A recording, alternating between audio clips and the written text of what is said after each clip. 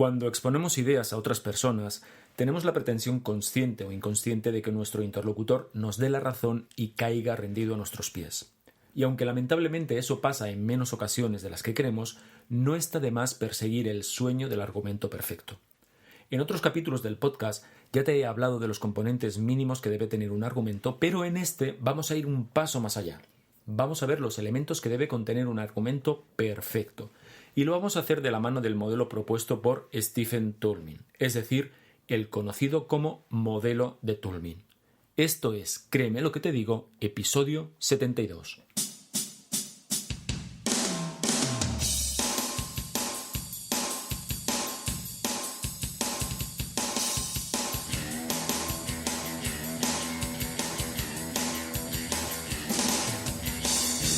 Bienvenidos y bienvenidas a Créeme lo que te digo, el podcast dedicado al mundo de la persuasión en el que voy a explicarte todo lo que tienes que saber para influir, convencer, inducir o inclinar opiniones a tu favor.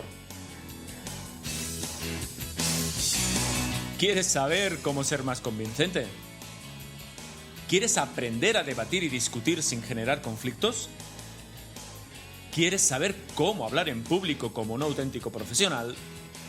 Y además, ¿te gustaría aplicar todo esto en tu vida personal y profesional? Si es así, créeme lo que te digo, es el lugar apropiado. Yo soy Óscar Fernández Orellana y te voy a acompañar en esta aventura en la que conocerás los misterios, técnicas y trucos para llegar a ser un auténtico maestro de la persuasión. ¿Estás listo? ¡Comenzamos! Hola, ¿qué tal estás? Bienvenido al capítulo 72 de Créeme lo que te digo, el podcast en el que tratamos todas aquellas cuestiones relativas al mundo de la persuasión, el hablar en público y en general, ya lo sabes, las habilidades comunicativas necesarias para influir e impactar en los demás. Segunda semana de julio de 2020, verano en el hemisferio norte y, por favor, qué calor que hace en este despacho desde el que te estoy hablando, desde el que estoy grabando este capítulo. En esta habitación no tengo aire acondicionado y he apagado el ventilador para que no se escuche en la grabación. Pero creo que me estoy arrepintiendo, así que si de repente escuchas un zumbido es que no he resistido más y lo he vuelto a encender.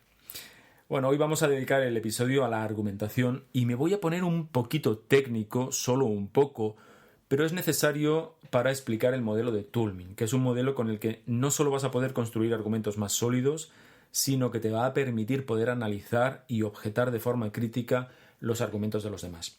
Por otro lado, es un modelo que supera las limitaciones del modelo lógico-formal derivado de Aristóteles. Eso te lo explico en unos instantes, no te preocupes. Solo quiero recordarte que si quieres ser una persona más persuasiva o si quieres mejorar tus presentaciones en público, o bien si diriges un equipo de trabajo y quieres generar más impacto en él, puedo ser tu mentor y ayudarte a mejorar esta competencia que cada vez es más necesaria y, entre otras cosas, porque es de las pocas cuestiones que nadie te puede copiar. Solo tienes que escribirme a través del formulario de contacto de Interacción Humana en interaccionhumana.es/contacto, me cuentas brevemente qué necesitas y yo enseguida me pongo en contacto contigo, hablamos y nos ponemos en marcha. Venga, vamos con el modelo de Toulmin y de lo que primero vamos a hablar, de lo primero que te voy a contar es quién fue Stephen Toulmin. Pues nada, Stephen Edelton Toulmin fue un matemático y filósofo de la ciencia inglés, londinense para más señas, que nació en 1922 y murió hace relativamente poco, en el año 2009. Este filósofo realizó grandes aportaciones teóricas a la argumentación legal y a la argumentación ética y moral. Y para que te hagas una idea de su valor docente, Toulmin fue profesor en numerosas universidades, entre ellas seguramente las de más prestigio en el mundo, como Oxford, Columbia, Michigan o Stanford. Desde el punto de vista que más nos interesa a nosotros, que es el de la argumentación, Toulmin, al igual que algunos otros importantes autores contemporáneos, llegó a la conclusión de que el modelo aristotélico de análisis argumentativo se quedaba corto a la hora de explicar la manera de razonar que tenemos las personas en nuestro día a día. Recordemos que Aristóteles plantea que un argumento consta de una premisa mayor, una premisa menor, y de ahí se deriva una conclusión que contiene parte de la premisa mayor y parte de la premisa menor. Vamos a poner un ejemplo fácil.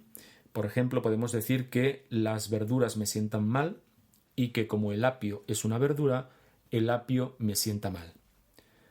Como ves, a la conclusión, o la conclusión en este caso toma de la segunda premisa una parte, en concreto el sujeto, es decir, el apio, y de la primera premisa escoge o toma el predicado, el me sienta mal. Y esto es lo que conocemos como silogismo clásico o como silogismo aristotélico. En un silogismo clásico las premisas funcionan como una especie de... Bueno, como una especie no, como un antecedente y la conclusión es el consecuente o la consecuencia lógica derivada de las premisas. En ese sentido se asume una verdad, entre comillas, un principio rector que se transmite de las premisas hasta la conclusión. Vamos a poner otro ejemplo. No sé, imagínate una cosa que aquí en España se dice mucho, ¿no? La gente de derechas es facha. Manuel Villa es de derechas, por lo tanto, Manuel Villa es un facha. Si el término facha no te suena de nada, si vives fuera de España, si no eres español y no te suena de nada, el término facha es aquí en España sinónimo de fascista, seguidor de Franco, del antiguo dictador, etc. Fíjate en lo siguiente, formalmente este silogismo es válido, es decir, cumple con las leyes de la ortodoxia lógica. Sin embargo, que sea válido no significa necesariamente que sea verdadero. Y esto en cierta forma es un problema a la hora de analizar los argumentos del día a día, porque significa que para saber si un argumento es sólido o no, no nos podemos basar únicamente en la estructura de este argumento y dejar de lado el contenido. De esta forma, el silogismo teórico o la lógica formal lo que hace en muchas ocasiones es prescindir del contenido, de lo que dice el mensaje, del contenido del silogismo, y se centra únicamente en la estructura del razonamiento, porque por lo que se interesa es porque los pasos entre las premisas y la conclusión sean válidos. Y ya está. Lo cual, para disciplinas como la filosofía o para determinadas áreas de las matemáticas está bien, pero para entender los razonamientos entre las personas, nuestros razonamientos cotidianos, no es suficiente, porque como hemos visto, un razonamiento puede ser válido, pero no necesariamente verdadero. Por ejemplo, si digo que lo que no veo no existe y que como yo no veo los átomos, por tanto los átomos no existen, estoy manifestando un argumento estructuralmente válido. Es decir, desde el punto de vista formal, la estructura de este razonamiento es válida, pero es incierta, es falsa desde el punto de vista del contenido, porque la ciencia ha demostrado que aunque tú no lo puedas ver con tu vista directamente, los átomos sí que existen. Estoy poniendo el foco en el silogismo clásico, en el de premisa mayor, premisa menor y conclusión, pero funciona exactamente igual o pasa exactamente igual con otras estructuras lógicas como el modus tollens, el modus ponens, las disyunciones, etc. Pasa exactamente lo mismo. Es decir, la estructura va por un lado, las estructuras válidas van por un lado y el contenido no necesariamente tiene que ser veraz.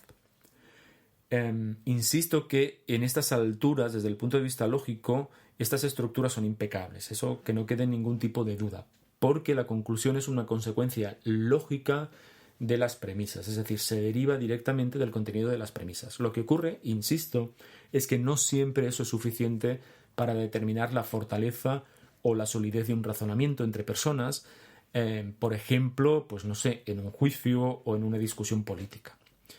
Por ejemplo, en el silogismo que manifestaba que las personas de derechas son fachas y que como Manuel Villa es de derechas, por lo tanto es facha, alguien me puede decir que de dónde saco que las personas de derechas son fachas. Así que esa objeción me obliga o me obligaría a proponer otra aseveración que justifique de dónde he sacado eso, de dónde he sacado la idea o cómo justifico la idea de que las personas de derechas son fachas. O incluso alguien me podría decir si es que pienso que absolutamente todas las personas de derecha son fachas o solo alguna. Con lo cual, si digo que solo algunas, acabo de acotar la premisa, ya no es categórica como proponía el silogismo. Es decir, que todas estas posibles críticas a mi argumento me obligarían a incluir fundamentos adicionales para demostrar sólidamente lo que estoy manteniendo. Y eso simplemente con los silogismos aristotélicos no es suficiente, porque son estructuras demasiado simples para analizar la complejidad de las discusiones reales.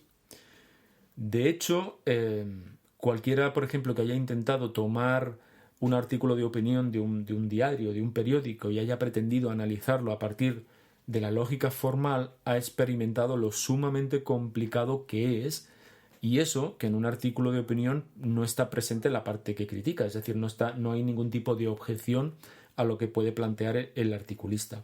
Yo, durante muchos años he realizado ejercicios de este tipo y es absolutamente complejo precisamente por lo que te digo, ¿no? Porque las estructuras del silogismo o de la lógica formal clásica se quedan cortas para analizar cómo las personas razonamos en el día a día. Entonces, ¿qué es lo que propone Toulmin? Bueno, Toulmin presenta un modelo genérico de razonamiento con 6 elementos que superan estas limitaciones del modelo aristotélico. Y lo que voy a hacer a continuación es ir presentándote estos elementos a la vez que construyo un argumento a modo de ejemplo. El primer elemento del modelo de Toulmin es, lógicamente, la conclusión, que es, como ya sabes, aquello que quieres que sea asumido como cierto. Por ejemplo, en nuestro caso, y a modo de ejemplo, podríamos decir que muchos libros en comunicación no verbal son muy malos.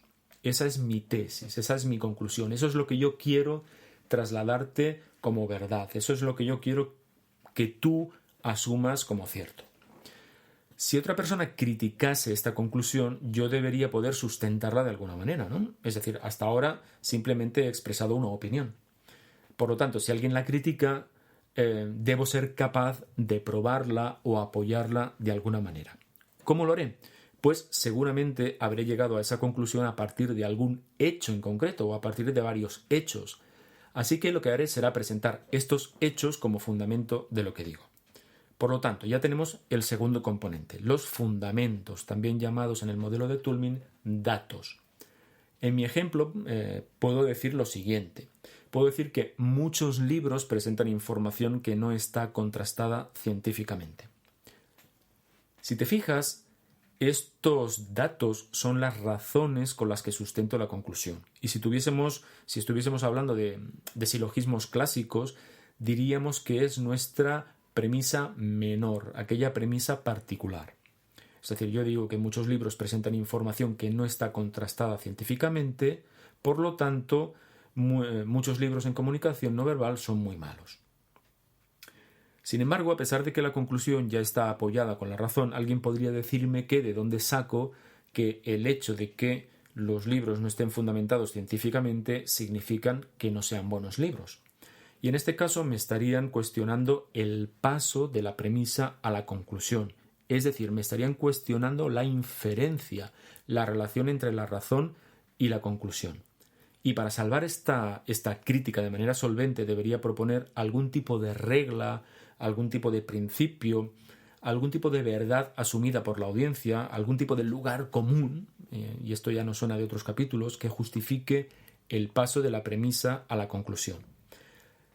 A este tipo de proposición, a este tipo de elemento que justifica el paso de la premisa a la conclusión, Toulmin lo denomina garantía. Y en nuestro ejemplo podría ser la siguiente. Yo podría decir que en comportamiento humano solo la información contrastada científicamente es digna de ser tenida en cuenta. Con esta proposición, ¿qué intento? Con esta proposición lo que intento es justificar, como te digo, el paso del dato a la conclusión. Así que la garantía actúa como un elemento que legitima el paso de los datos a la tesis, a lo que yo quiero demostrar. Vamos a ver cómo quedaría el argumento hasta ahora con estos 3 elementos. Quedaría de la siguiente manera. Muchos libros en comunicación no verbal son muy malos porque presentan información que no está contrastada científicamente y es sabido que solo la información contrastada científicamente es digna de ser tenida en cuenta. Bueno, queda un poquito más redonda, ¿verdad? Ahora bien, fíjate, hasta ahora nuestro argumento no es diferente al de un silogismo clásico. De hecho, tal y como lo he expresado, contiene la premisa mayor, contiene la premisa menor y contiene la conclusión. Ahí hasta ahora no es distinto. Así que nuestro interlocutor supuesto podría continuar con su afán refutador y podría preguntarnos acerca de la potencia de la garantía, es decir, acerca del grado de fuerza. Hay garantías que permiten asegurar el argumento de forma categórica. Por ejemplo, si yo digo que Joana es española porque ha nacido en Barcelona y todas las personas nacidas en Barcelona son españolas, esta garantía es categórica a no ser que Joana renuncie a su nacionalidad. Sin embargo, hay otras garantías que permiten el paso, la inferencia de una forma o bien provisional, o bien condicionada, o bien matizada. Por ejemplo, en el argumento el Barcelona ganará la próxima liga de baloncesto porque ha creado un equipazo y los mejores equipos suelen ganar la liga si no pasa nada extraño, el término suelen introduce un matiz en la probabilidad de que pase lo que se afirma. Y la expresión si no pasa nada extraño introduce una condición a la afirmación. Es decir, aquí no es tan categórico. Estos términos lo que hacen es matizar el grado de fuerza del argumento. Así que, precisamente por eso, porque estos términos matizan el grado o fuerza del argumento, se les llama moduladores o matizadores modales. Y los que introducen alguna condición al argumento se les llama condiciones de excepción o de refutación. Para dejarlo más claro, piensa en las condiciones de excepción como las circunstancias en las que la garantía queda en suspenso o no se aplica. En el caso de la nacionalidad de Joana, que he dicho anteriormente, la afirmación a no ser que renuncie a su nacionalidad es una condición de excepción. Es decir, a no ser que Joana haga tal cosa, Joana es española. Ahora bien, si Joana decide renunciar a su nacionalidad española, entonces esa condición no se cumple. Es decir, por mucho que Joana haya nacido en Barcelona, haya nacido en España, no es española. En el caso del argumento que vamos utilizando como ejemplo, el de los libros de comunicación no verbal, pues este argumento podemos considerarlo categórico, porque implícitamente lo que yo estoy diciendo es que siempre que la información en este campo no esté contrastada científicamente, podemos considerarla digna de tenerse en cuenta. Es decir, estoy diciendo en el fondo, si no está contrastada científicamente, no vale la pena tenerla en cuenta como un dato fiable. Ahora imagina que nuestro famoso refutador nos pregunta que de dónde saco eso de que solo la información contrastada científicamente es válida. Es decir, imagina que nuestro refutador lo que hace es cuestionar la garantía del argumento. Así que en este caso nuestro refutador nos pregunta por qué tenemos que asumir esta garantía como cierta. Si lo hace, parece que necesitaremos otro elemento más para cerrar esta posible vía de agua en nuestro argumento, y a ese elemento lo llamaremos respaldo, y vendría a ser una especie de, ¿qué te digo yo? Como la garantía de la garantía. Para encontrar el respaldo tienes que preguntarte por qué la garantía es así, y este respaldo variará en función del campo de la argumentación, es decir, variará en función del tema sobre el cual estés argumentando. Los respaldos, por ejemplo, de campos como las matemáticas serán diferentes a los que utilices en campos como el derecho o la ética, por ejemplo. En nuestro ejemplo, ¿cuál podría ser un respaldo de nuestra garantía de que solo la información contrastada científicamente es digna de ser tenida en cuenta? Bueno, pues podemos decir que el comportamiento no verbal es un campo de la psicología y esta, es decir, la psicología, es un campo de conocimiento regido por el método científico. Así que ahora solo nos queda un elemento más para poder aquilatar absolutamente nuestro argumento. Es decir, tenemos que prever las posibles refutaciones, las posibles reservas, las posibles objeciones o críticas o contraejemplos que pueda presentarnos nuestro interlocutor. En los cursos siempre indico que cuando prepares tu argumento tienes que tener muy presente las posibles objeciones que te puedan decir, las que te puedan presentar. Así que, una vez más, te pido que en este caso te pongas en la piel de tus adversarios dialécticos y te preguntes qué podrían objetar a mi argumento de los libros de comunicación no verbal.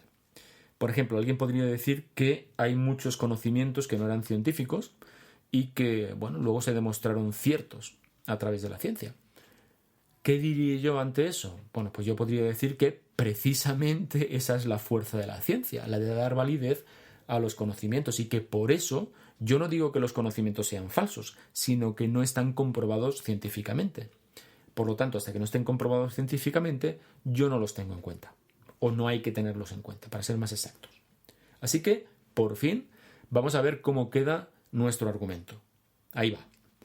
Muchos libros en comunicación no verbal son muy malos porque presentan información que no está contrastada científicamente, y es sabido que solo la información contrastada científicamente es digna de ser tenida en cuenta. Sobre todo, teniendo en cuenta que el comportamiento no verbal es un campo de la psicología, y la psicología es un campo de conocimiento regido por el método científico.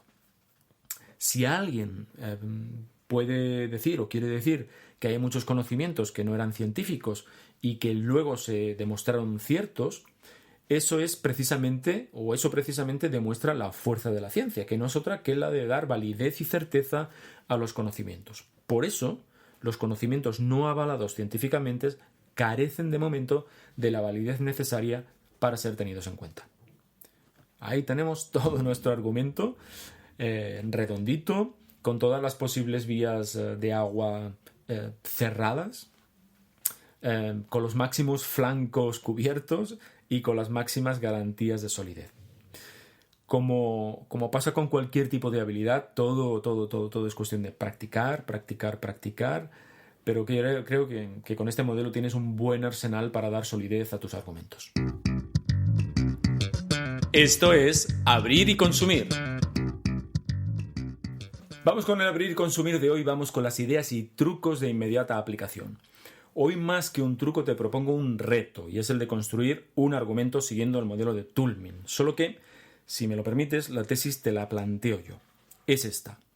Atención, el uso de la mascarilla es la mejor prevención contra el COVID-19. Bueno, ya sabes cuáles son los componentes del modelo de Toulmin. Si necesitas recordarlos, puedes acceder, obviamente, tantas veces como quieras a este podcast, pero también al contenido escrito literal de este capítulo. Lo puedes encontrar en la web de Interacción Humana, en interaccionhumana.es/podcast. /el podcast. Si no, directamente entras en la página web de Interacción Humana, te vas a la pestañita de podcast y verás que es el último capítulo. Ahí tendrás literalmente todo esto que te estoy contando, por si quieres utilizarlo como material de repaso. De verdad que os animo a realizar este ejercicio para incorporar todo esto que acabamos de ver en el capítulo, porque practicar es la única manera de desarrollar una habilidad como esta. No es lo mismo entender algo que llevarlo a la práctica. Como bien sabe, desde hace muchísimos años la psicología o la neuropsicología, a no ser que ya seas un auténtico crack de la argumentación y no necesites mejorar. Bueno, por cierto, acabo de utilizar en este breve razonamiento buena parte de los elementos del modelo de Toulmin. En el siguiente capítulo, si me permites, yo voy a hacer este ejercicio también y os explicaré cómo queda mi propuesta, a ver si coincide con la tuya. Chicos, chicas, nos vamos. Hasta aquí el episodio 72 de Créeme lo que te digo. Sé que el capítulo de hoy ha sido un poquito más denso conceptualmente, pero hay que conocer los fundamentos técnicos, los fundamentos teóricos para poder dominar estas artes. Así que, si crees, aún así, que merece la pena lo que aquí hacemos, no te olvides de decirle a tus conocidos que existe este podcast, que lo hacemos con cariño, que intentamos ofrecer información útil y muy práctica. Y ya sabes, si no es mucho abusar de tu amabilidad y me quieres dar una valoración de 5 estrellas en iTunes o me quieres dejar un comentario en la plataforma desde la que me escuches, me vas a hacer muy, muy, muy feliz. Ya sabes que todo esto ayuda a que el podcast se escuche más, tenga más difusión y otras personas lo descubran y se puedan beneficiar de esto que hacemos aquí. En fin, que quiero encontrarte aquí dentro de 15 días en el episodio 73 de Créeme lo que te digo. Hasta entonces, sé feliz. Hasta luego, persuasores.